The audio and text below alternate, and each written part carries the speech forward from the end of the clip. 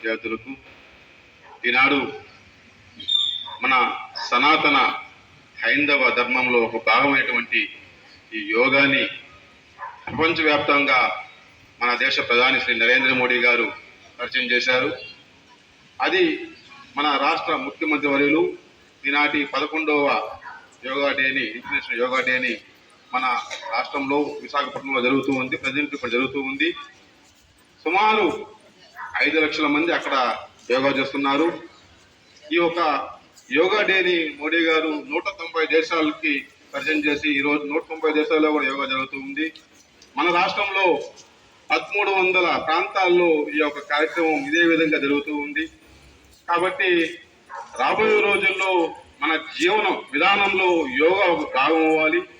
ఒక భాగం అయినప్పుడే మనకి ఆరోగ్య పరిస్థితి, మానసిక పరిస్థితి బాగుంటుంది. ఎప్పుడైతే ఆరోగ్య పరిస్థితి, మానసిక పరిస్థితి బాగుంటుందో మీరు విద్యని అద్భుతంగా అభ్యసిస్తారు. అదేవిధంగా మీరు ఏదైతే చదివారో అది మన మధ్యలో ఉండిపోతుంది. అప్పుడే మీరు పరీక్షల్లో వెళ్ళినప్పుడు కూడా 100కు 100% కూడా మీరు ఉత్తీర్ణత సాధిస్తారు. కాబట్టి మీరు యోగాని ఈ రోజుతో ఆపకుండా ప్రతిరోజు మీ దైనందిన జీవితంలో ఒక భాగంగా మీరు రోజు చేయండి. మీ ఆరోగ్యాన్ని కాపాడండి. రాబోయే రోజుల్లో మన భారతదేశం వికసిత భారత్గా వెలగాలి. మన ఆంధ్రప్రదేశ్ ఆంధ్రప్రదేశ్గా వెలగాలి అనేసి మనసా వచ్చ మిమ్మల్ని నేను కోరుకుంటున్నాను. కాబట్టి ప్రతి ఒక్కరికి ఈ ఒక అవకాశం ఇచ్చినందుకు ధన్యవాదాలు తెలియజేస్తున్నాను. జై హింద్, జై భారత్.